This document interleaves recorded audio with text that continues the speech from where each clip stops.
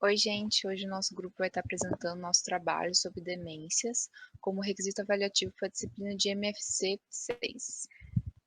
Primeiro, fazendo uma breve introdução sobre o que é a demência ela consiste numa síndrome que é caracterizada pelo comprometimento cognitivo persistente e progressivo, com a diminuição significativa de funcionalidade e alteração em pelo menos dois domínios cognitivos. Normalmente, a memória é o principal, normalmente é a memória junto com alguma outra alteração.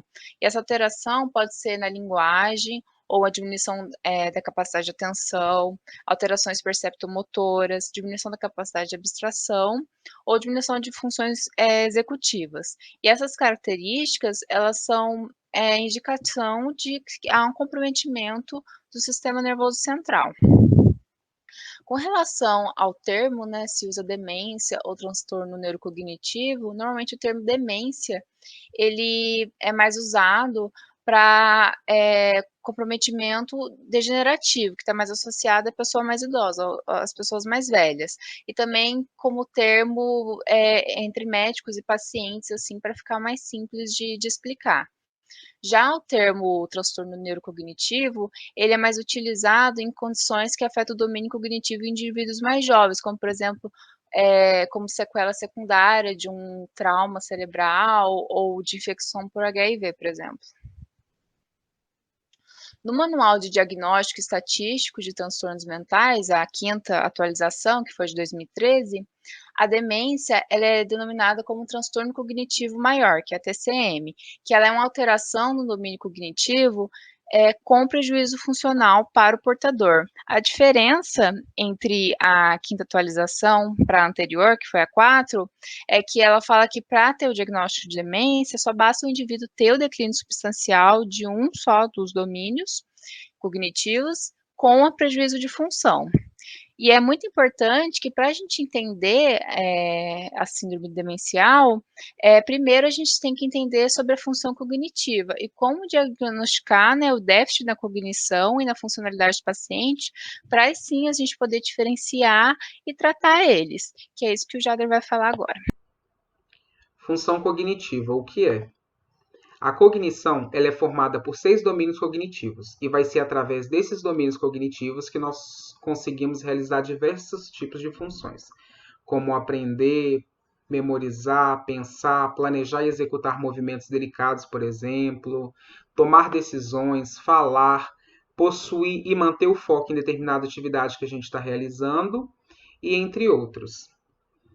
A maneira com que os domínios cognitivos interagem entre si e se relacionam é denominado sistema cognitivo. E os 6 domínios cognitivos são atenção complexa, função executiva, aprendizagem e memória, linguagem, domínio perceptomotor e cognição social.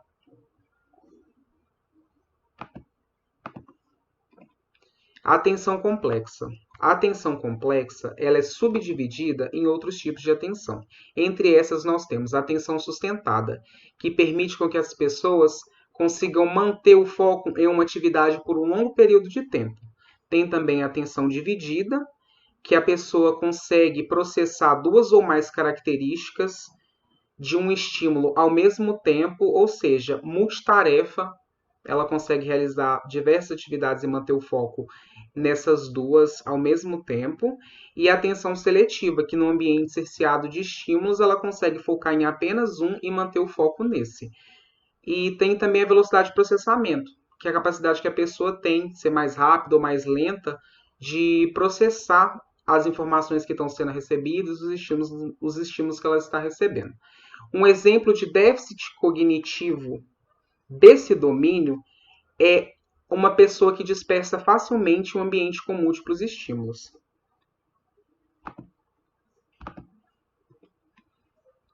Função executiva.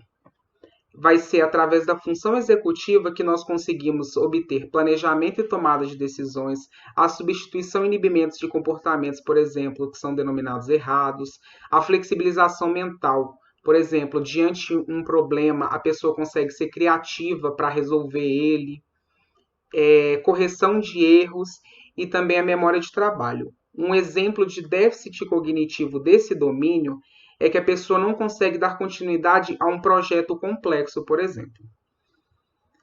No domínio da aprendizagem e memória, nós temos aprendizagem implícita e diversos tipos de memória. A memória ela é subdividida em dois grandes grupos, a memória de curto prazo e a de longo prazo. A memória de curto prazo é ainda subdividida em memória imediata, que é, por exemplo, quando uma pessoa fala com você o nome dela. Você acaba de armazenar aquilo, mas pode ser que não vai passar para a memória de longo prazo. E também tem a memória de trabalho. No grupo da memória de longo prazo, nós temos também uma subdivisão. E nessas nós temos a memória declarativa, que são lembranças que fazem parte de fatos que você consegue contar para outras pessoas, ou seja, transmitir oralmente. Nós temos a memória do tipo não declarativa, que são memórias que não podem ser ensinadas oralmente.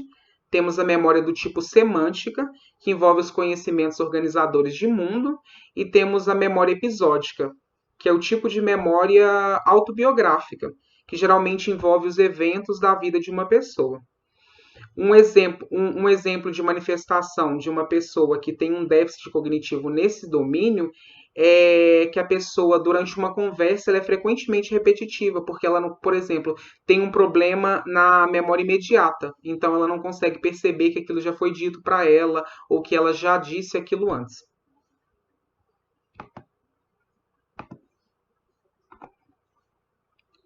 No domínio da linguagem, tem duas divisões.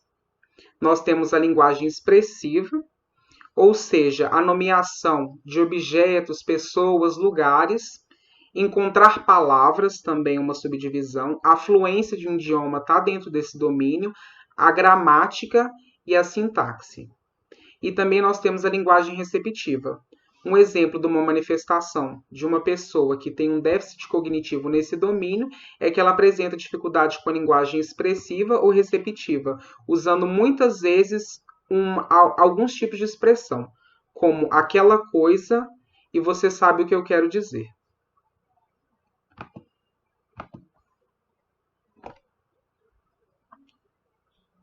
Domínio perceptomotor. Nós temos nesse domínio as habilidades como a percepção visual, a habilidade visoconstrutiva, a habilidade perceptomotora, a praxis e a gnosia. E um exemplo de uma manifestação de uma pessoa que está com déficit nesse domínio é que ela possui grande dificuldade em atividades que antes eram familiares, por exemplo, dirigir carro, andar em ambientes que era conhecido como a própria casa dela.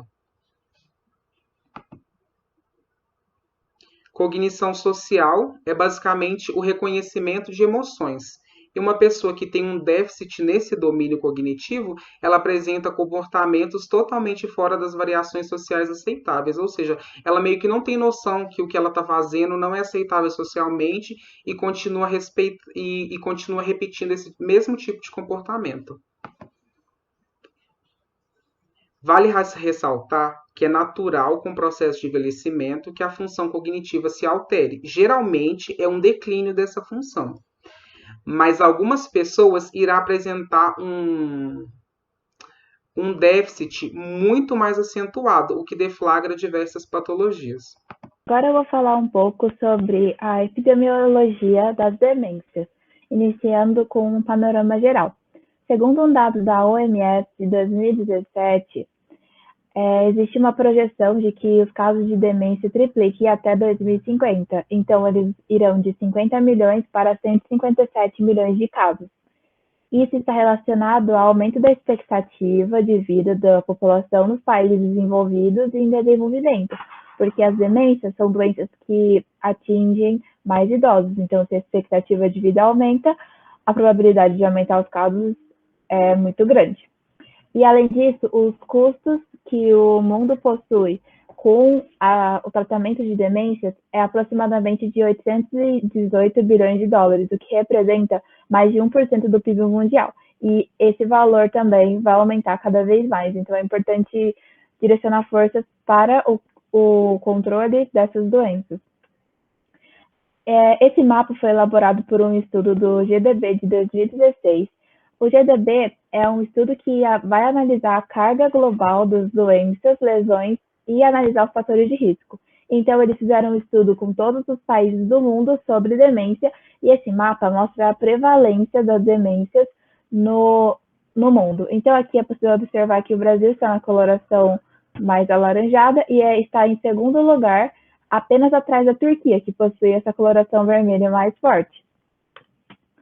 Os fatores de risco para o desenvolvimento de demências, eles são sociais, como baixa escolaridade, baixo contato social, abandono familiar, econômicos, relacionados ao nível socioeconômico da pessoa. Quando você tem menor, você está mais propenso a desenvolver demências, a patologias em geral, como doenças crônicas, diabetes mellitus, aterosclerose e neoplasias que propiciam eventos vasculares patogênicos e doenças infecciosas progressivas, como a AIDS e a sífilis. O uso abusivo de substâncias psicoativas como álcool e tabaco também estão nessa lista, porque eles vão atuar no sistema nervoso. E falando especificamente da doença de Alzheimer, ela é responsável por 55% dos casos de demência no Brasil. Então, mais da metade dos casos de demência estão relacionados à doença de Alzheimer. É importante relacionar também com o CCL, que é o comprometimento cognitivo leve. A prevalência dessa situação no mundo varia de 1 a 6%, e o desenvolvimento de CCL aumenta de acordo com a idade. Então, se o idoso tem de 80 a 90 anos, a chance dele desenvolver CCL é de 20%, e se ele possui mais que 90 anos, a chance dele desenvolver CCL é de 40%. E os pacientes com esse comprometimento cognitivo leve, eles possuem uma maior chance de converter esse quadro para a doença de Alzheimer. A chance de eles realizarem essa conversão é de 10 a 15%, em comparação com os 2% da população em geral. Para o diagnóstico do transtorno cognitivo maior, podemos primeiramente realizar uma anamnese detalhada, um exame físico também bem detalhado, e levaremos em conta sempre a queixa do paciente e também do seu acompanhante. Temos também a avaliação clínica quantificada. Nela temos o rastreio cognitivo. Temos nela também os testes clínicos, que são testes rápidos, de fácil aplicação. O maior deles, e o mais importante, é o Mini-Mental. E ele não pode, ele tem limitações, na verdade, para não ser realizado em analfabetos e também em pacientes cegos. Ele vai avaliar os diversos domínios cognitivos. Também, ainda dentro do rastreio cognitivo, nós temos a avaliação neuropsicológica. Ela é realizada por psicólogos que são especializados. Também temos a avaliação funcional, que vai analisar as atividades de vida diária, sejam elas as básicas ou as instrumentais. Sendo as básicas aquelas mais simples, como cuidar de si mesmo, a sua higiene, o seu autocuidado, até as mais elaboradas, que são as instrumentais, onde leva em consideração pagar contas, realizar a sua própria refeição, os trabalhos domésticos. E ainda temos os exames complementares, que são muito importantes para poder diagnosticar causas que podem ser futuramente reversíveis. E dentro desses exames complementares, nós temos os laboratoriais, que pode ser o hemograma, as funções hepáticas e renais, tireoidiana, e também os exames de imagem, dentre eles a tomografia e a ressonância. Para analisarmos melhor, eu trouxe a imagem de um Mini-Mental, onde podemos analisar um pouco as perguntas que são feitas neste questionário. Primeiramente, temos em relação à orientação, dia, ano, mês, lugar, também de registro. Também temos questões de cálculo, atenção, evocação e também linguagem. Também temos a escala de Lawton, onde podemos analisar as atividades de vida instrumentais, que são perguntas de 1 a 3, que podem ser avaliadas. Também temos a escala de Katz, onde podemos analisar as atividades básicas de vida. As principais doenças neurodegenerativas que levam a uma síndrome demencial são a doença de Alzheimer, a doença por corpos de Lewy, a demência frontotemporal, a demência vascular e a hidrocefalia de pessoa normal, sendo que as duas últimas são causas secundárias de demência que devem entrar no diagnóstico diferencial.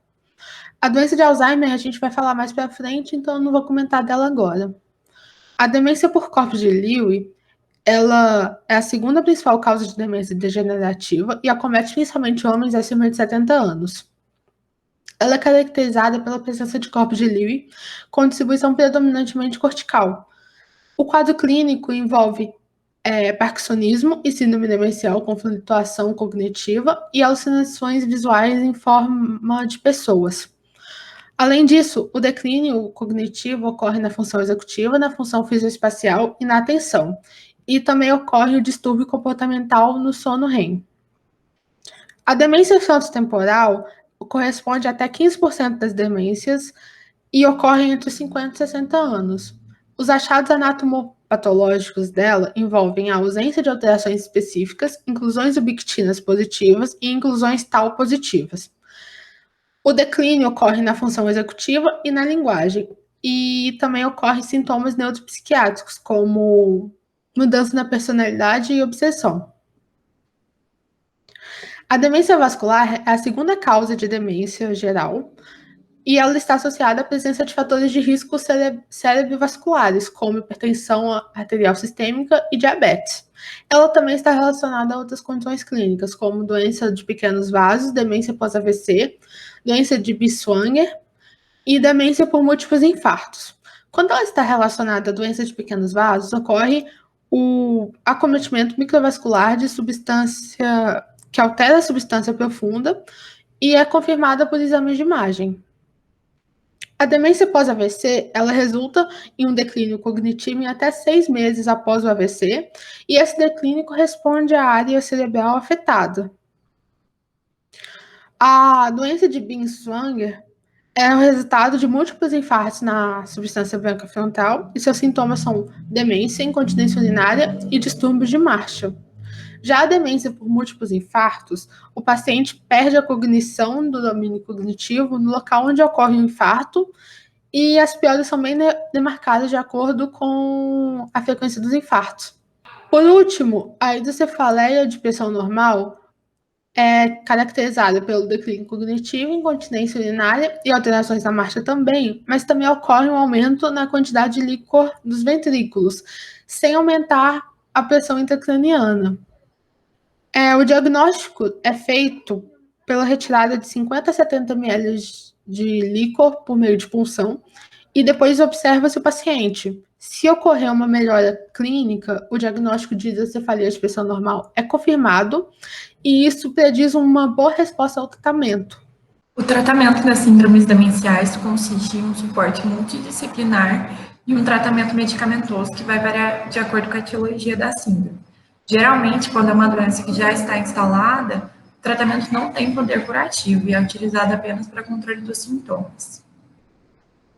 Na demência por corpos de Levy, os medicamentos utilizados são os anticolinesterásicos, como donazepila, rivastigmina e galantamina, e o levodopa, que é utilizado para os sintomas do Parkinson, que costumam acompanhar essa doença. Na demência frontotemporal, são utilizados os inibidores seletivos da recaptação da serotonina, os neurolépticos e os benzodiazepínicos para controle das variações de humor. Na demência vascular, o tratamento foca no controle dos fatores de risco cerebrovasculares, como controle da alimentação, prática de exercícios e tratamento das causas de base. Na demência por hidrocefalia de pressão normal, o tratamento é cirúrgico e é o único que tem poder curativo. Nesse procedimento cirúrgico é realizada uma derivação ventrículo-peritoneal, que vai drenar o excesso de líquor presente para o peritônio.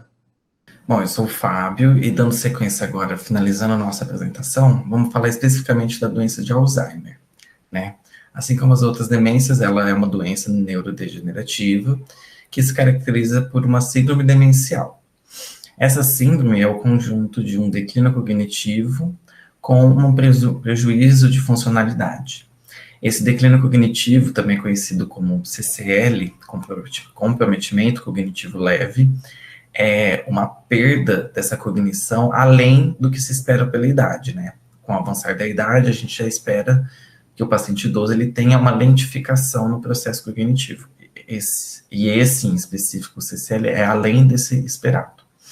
E um prejuízo de funcionalidade se refere às funções do dia a dia do paciente. Por que falar especificamente do Alzheimer? Porque ele é a maior causa de demência na população idosa. Os pacientes que apresentam esse CCL, ele tem mais possibilidade de evolução para uma doença de Alzheimer. E com o aumento da idade, aumentam as chances de desenvolvimento da doença. É a maior causa de morbimortalidade em idosos. As formas esporádicas são a maioria, cerca de 95% dos pacientes. E essas formas esporádicas consistem numa associação entre fatores genéticos e fatores ambientais. E dos fatores genéticos, o principal fator é a presença do alelo 4 da polipoproteína E, também conhecida como APOE4. E também há outros fatores de risco, como comorbidades comuns, hipertensão arterial, diabetes, dislipidemias, e também transtornos do sono, como insônia, apneia, e também depressão. E vale ressaltar que pessoas mais escolarizadas têm a menor probabilidade de desenvolvimento da doença. O quadro clínico, assim como a gente já abordou nessa apresentação, sobre as formas de cognição. Então, o quadro clínico é obrigatório a apresentação de perda de pelo menos 2 formas de cognição, sendo a memória uma delas, obrigatoriamente. E a perda dessa memória é a memória de curto prazo, então o paciente fica incapacitado de reter novas informações, de ter um novo aprendizado, né? As memórias de trabalho, de cunho afetivo, elas se preservam. O paciente pode apresentar depressão, apatia, irritabilidade, pode apresentar alterações comportamentais, o paciente ele se torna mais desinibido, irritado, com um comportamento diferente do habitual. E um achado muito característico é a anosognosia. Isso é quando o paciente perde o insight da doença. Então, ele perde a capacidade de perceber as falhas e associá-las com a doença, por conta dessa memória prejudicada. Então, ele acha que está tudo normal. Ele perde essa noção. Além disso, ele pode perder também a capacidade de reconhecer ambientes, ele pode se perder na rua, ou até mesmo em casos mais avançados, ele se perde na própria casa. E também pode apresentar Sundowning, que é uma agitação característica durante o período de fim de tarde. Agitação e sintomas psicóticos, né? Esses últimos, eles são mais característicos em quadros mais avançados. O diagnóstico é basicamente clínico. Então, durante a anamnese, através de testes e perguntas, se identifica as alterações cognitivas, comportamentais e funcionais. E junto a isso, faz pedido de exames complementares, como exames laboratoriais de dosagem de vitamina B12, função tiroidiana, ácido fólico, pode-se pedir até exame de líquor, e todos esses exames são para excluir possíveis outras causas de síndrome demencial, sendo que essas outras causas, a maioria são reversíveis. E tem também os testes de rastreio cognitivo. Esses testes, eles consistem eles auxiliam na percepção da quantidade de perda cognitiva do paciente. Eles possuem alta sensibilidade e baixa especificidade. Os principais é o mini exame de estado mental, que a gente já explicou no trabalho, e valendo ressaltar que pacientes com alto nível de escolaridade, esse teste já não é tão eficaz. Então, a gente realiza um MOCA, que ele segue a mesma linha do mini exame de estado mental, só que ele é específico para pessoas com maior nível de escolaridade.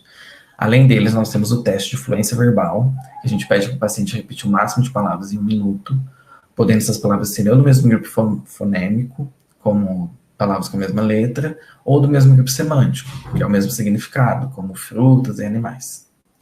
Todos esses testes que eu já falei, eles apresentam um score, uma nota corte, e o paciente estando abaixo dessa nota corte, o diagnóstico inclina-se para a doença de Alzheimer. Tem também outro teste muito característico, que é o teste do relógio, que a gente pede para o paciente desenhar um relógio analógico com números e ponteiros, e pede para ele marcar uma hora específica. E com o avançar da doença, cada etapa dessa tarefa fica mais impossível de ser realizada. E a avaliação neuropsicológica, ela é o padrão ouro para o diagnóstico do Alzheimer, porque com ela é possível a gente estabelecer a presença ou não de uma disfunção cognitiva, além de mensurar o estágio que está essa disfunção. E essa avaliação é realizada apenas por psicólogos especializados em neuropsicologia. Aqui tem um exemplo do teste do relógio, foi pedido para o paciente marcar 2 horas e 30 minutos. Aí a gente consegue ver que com o avançar da doença, ele não consegue marcar a hora pedida e, em casos mais graves, muito menos colocar em ordem os números. E outros exames também muito característicos são os exames de imagem, principalmente a ressonância magnética, porque ela é um método mais sensível. Aqui a gente consegue ver do lado esquerdo o paciente normal e do lado direito o paciente com Alzheimer. No paciente normal, apresenta tudo normal, as fissuras, os giros, os sulcos. Já que o paciente com Alzheimer apresenta uma acentuação das fissuras e dos sulcos e há uma atrofia global. Essa atrofia mais acentuada no lóbulo temporal e no parietal. Lembrando um pouco da fisiopatologia da doença, essa neurodegeneração ela é causada pelo acúmulo de 2 proteínas, a proteína beta-amiloide e a proteína tau. Já nessa outra imagem, a gente consegue ver o corte coronal. No corte coronal, a gente pode identificar os hipocampos, que são as áreas apontadas com as setas vermelhas. No paciente normal, também à esquerda, tudo normal. E já no paciente com Alzheimer, os hipocampos apresentam-se bem atrofiados devido a essa neurodegeneração.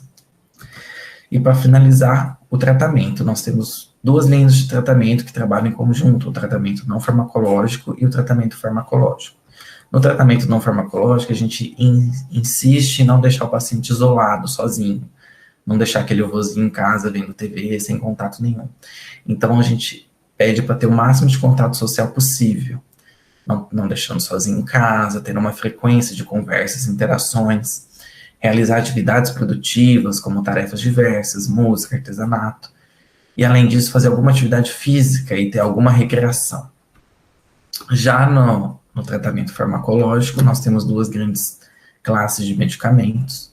A principal delas é os inibidores de acetilcolinesterase. Essas drogas, elas inibem a enzima acetilcolinesterase, responsável pela degradação da acetilcolina na fenda sináptica.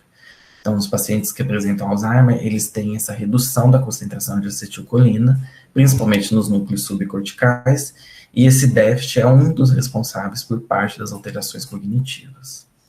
E dentro dessa classe a gente tem a donepezila, galantamina e rivastigmina. Essa classe apresenta efeitos colaterais, como diarreia, náuseas, vômitos, tontura e perda ponderal. É interessante fazer o acompanhamento do paciente, uma vez que esses efeitos se agravem, é necessário fazer uma reavaliação ou ajuste da dosagem, ou até mesmo a troca do medicamento. E a outra classe são os antagonistas de receptores da NMDA do glutamato. Essa classe é mais recomendada para casos mais avançados da doença. E o principal fármaco é a memantina. Esse medicamento ele retarda a progressão da doença e melhora os sintomas comportamentais. Essas 2 classes, né, de medicamentos, elas atuam evitando a progressão da doença. Né? Nenhum medicamento ele vai retomar a neurodegeneração. Então, estabiliza a doença e evita que progrida. E também tem muitos estudos, muitos relatos de caso que altas dosagens de vitamina E é capaz também de retardar o progresso da doença. E vale ressaltar que, se tem sintomas comportamentais, é preciso tratá-los também. Não só fazer a dosagem dessas medicações por Alzheimer, mas também tratar medicamentosamente os sintomas comportamentais, como depressão, alterações comportamentais e alterações do sono, se forem recorrentes. Essas são as nossas referências, e muito obrigado.